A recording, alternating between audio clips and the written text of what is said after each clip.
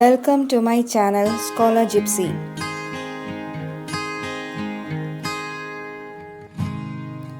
Toto remained in the bag as far as Saharanpur, but while grandfather was producing his ticket at the railway turnstile, Toto suddenly poked his head out of the bag and gave the ticket collector a wide grin.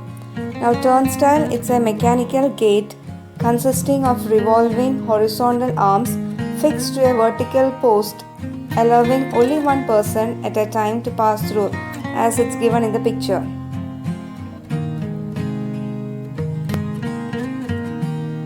The poor man was taken aback, but with great presence of mind and much to grandfather's annoyance, he said, "Sir, you have a dog with you. You'll have to pay for it accordingly." Annoyance means to anger someone. In vain did grandfather take Toto out of the bag. In vain did he try to prove that a monkey did not qualify as a dog or even as a quadruped. Toto was classified a dog by the ticket collector, and 3 rupees was the sum handed over as his fare. Vain means an unsuccessful attempt. Quadruped is an animal which has 4 feet, and fare means ticket price. Then grandfather, just to get his own back, took from his pocket a pet tortoise and said, "What must I pay for this, since you charge for all animals?" Now to get his own back is an idiom which means to take revenge.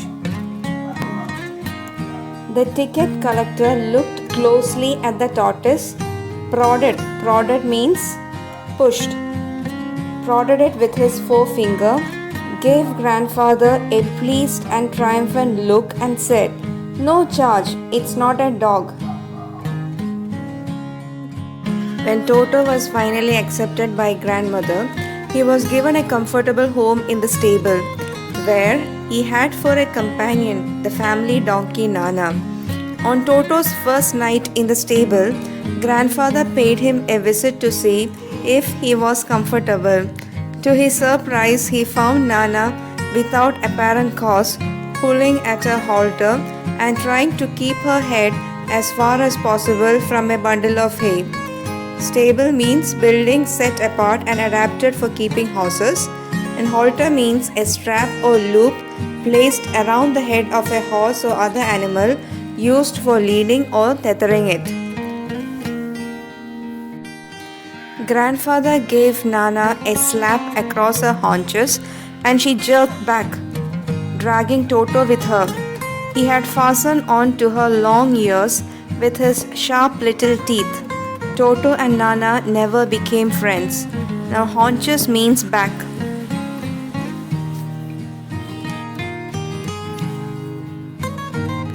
A great treat for Toto during cold winter evenings was the large bowl of warm water given him by grandmother for his bath. He would cunningly test the temperature with his hand, then gradually step into the bath, first one foot, then the other, as he had seen me doing, until he was into the water up to his neck. Once comfortable, he would take the soap in his hands or feet and rub himself all over. When the water became cool, he would get out and run as quickly as he could to the kitchen fire in order to dry himself. If anyone laughed at him during this performance, Toto's feelings would be hurt and he would refuse to go on with his bath. One day, Toto nearly succeeded in boiling himself alive. One day at lunchtime, a large dish of pulao stood in the center of the dining table. We entered the room to find Toto sniffing himself with rice. My grandmother screamed and Toto threw a plate at her. One of my aunts rushed forward and received a glass of water in the face. When grandfather arrived, Toto picked up the dish of pulao and made his exit through a window. We found him in the branches of the jackfruit tree, the dish still in his arms. He remained there all afternoon, eating slowly through the rice, determined on finishing every grain. And then, in order to spite grandmother, who had screamed at him, he threw the dish down from the tree and chattered with delight when it broke into 100 pieces. Now, spite means a desire to hurt, annoy, or offend someone.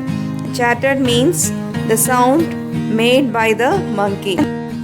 Obviously, Toto was not the sort of pet we could keep for long. Even grandfather realized that we were not well to do and could not afford the frequent loss of dishes, clothes, curtains, and wallpaper. So grandfather found the Tonga driver and sold Toto back to him for only 3 rupees. Now let's look at the summary in detail. The writer's grandfather liked to collect animals and had a zoo at home. Once he bought a monkey named Toto from a Tonga driver for a sum of 5 rupees. Toto was kept secretly as the grandmother disliked animals. Toto was very mischievous. When the writer and his grandfather hid Toto in a cupboard and tied him to a hook, he broke the hook and caused havoc in the room. The next day, when he was kept in the servants' room along with other animals, he did not let them sleep all night. As grandfather had to go to Saharanpur for work, he decided to take the monkey along with him. He carried Toto in a strong bag made of canvas and closed the zip nicely so that Toto could not escape. Toto made unsuccessful attempts to get out of the bag, which made the bag jump and roll.